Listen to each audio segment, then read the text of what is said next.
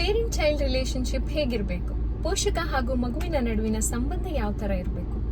There are 4 styles of parenting: authoritative, authoritarian, permissive and ನೆಗ್ಲೆಕ್ಟ್ಫುಲ್.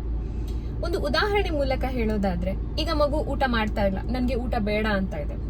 ಆವಾಗ ಪೋಷಕರು ಮಗುವಿಗೆ ಯಾಕೆ ಊಟದ ಅಗತ್ಯ ಇದೆ, ಊಟ ಮಾಡೋದ್ರಿಂದ ಮಗುವಿಗೆ ಏನು ಯೂಸ್ ಇದೆ ಅಂತ ಹೇಳಿ ಕನ್ವಿನ್ಸ್ ಮಾಡಿ ಓಪನ್ ಆಗಿ ಕಮ್ಯುನಿಕೇಟ್ ಮಾಡೋದೇ authoritative parenting.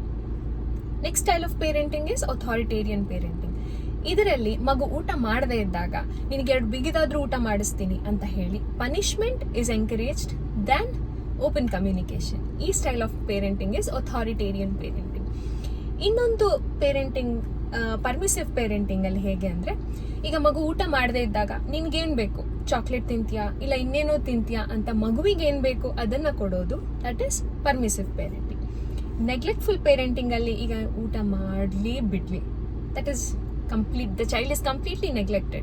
That kind of parenting is neglectful parenting. So ಈ ಉದಾಹರಣೆಯಿಂದನೇ ನಿಮಗೆ ಗೊತ್ತಾಗಿರುತ್ತೆ authoritative parenting is a good style of parenting. ಯಾಕೆ ಅಂದ್ರೆ ಮಗುವಿಗೆ ಒಂದು ಓಪನ್ ಕಮ್ಯುನಿಕೇಶನ್ ಇರುತ್ತೆ, ಇದರಿಂದಾಗಿ ಮಗು ಇಂಡಿಪೆಂಡೆಂಟ್ ಆಗಿ ಬೆಳೆಯುತ್ತೆ, ಜೊತೆಗೆ ಮಗುವಿನ ಮಾನಸಿಕ ಆರೋಗ್ಯವು ಚೆನ್ನಾಗಿರುತ್ತೆ.